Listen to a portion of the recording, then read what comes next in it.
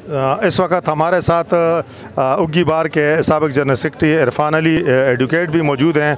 वो भी स्टॉल पर जश्न आज़ादी का जो स्टॉल है वहाँ ख़रीदारी के लिए आए थे। तो उनसे तो पहले उनको मुबारकबाद भी जश्न आज़ादी की देते हैं और उनसे ये पूछते हैं कि वो लोगों को क्या पैगाम देंगे। बहुत शुक्रिया आसफ़ भाई। सबसे पहले तो बात यह है कि मैं आपके चैनल की वसातत से जितने भी सुनने वाले हैं सबको जश्न आज़ादी की मुबारकबाद पेश करता हूँ।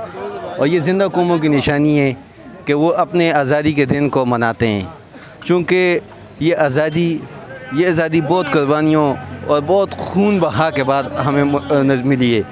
इस वक्त तो हमें इस बात का अंदाज़ा नहीं है कि ये आज़ादी हमें कैसे मिली है, लेकिन हमारे आबा और अजदाद ने जिस वक्त लाशें आ रही थी, खून के अंबार थे, लाशों के अंबार थे, खून की नदियाँ बह रही थी, तो साम्राज्य से ये आज़ादी हासिल की। तो मैं सारी कौम को कहता हूँ कि इस दिन को खुशी से मनाएं, और ये नहीं है कि एक ही दिन को मनाएं।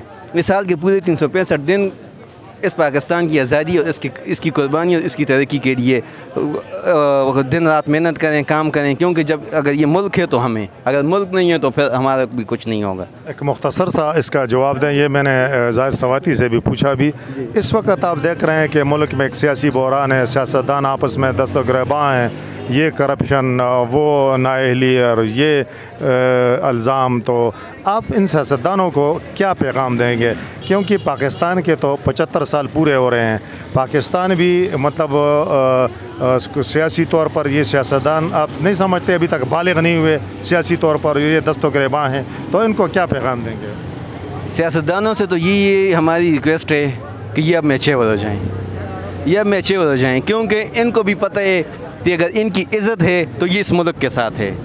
नहीं तो यही सियासी जिस वक्त बाहर मुल्कों में अड्डों पे, बसों के स्टैंडों पे खड़े होते हैं, तो उस वक्त इनकी जो हालत होती है, तो यकीनन इनको अपना मुल्क याद आता होगा कि यहाँ जिस वक्त ये घूमते हैं, जब 50 गाड़ियों का प्रोटोकॉल होता है, और जिस वक्त वहाँ पे जो स्टॉपों पे खड़े होते हैं बसों के इंतज़ार में या टैक्सी में, तो इनको फिर पता चलता होगा कि मुल्क क्या है, आज़ादी क्या है।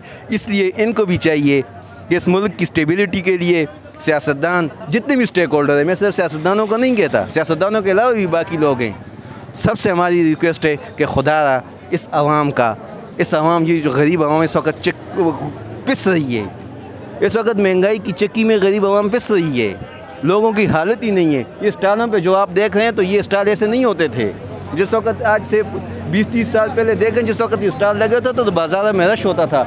ये सबसे बड़ा स्टॉल है, जिस स्टॉल पे हम खड़े हैं सबसे बड़ा स्टॉल है, इसकी भी हालत देखें। तो सियासतदानों से भी रिक्वेस्ट है कि इस आवाम का ख्याल रखें।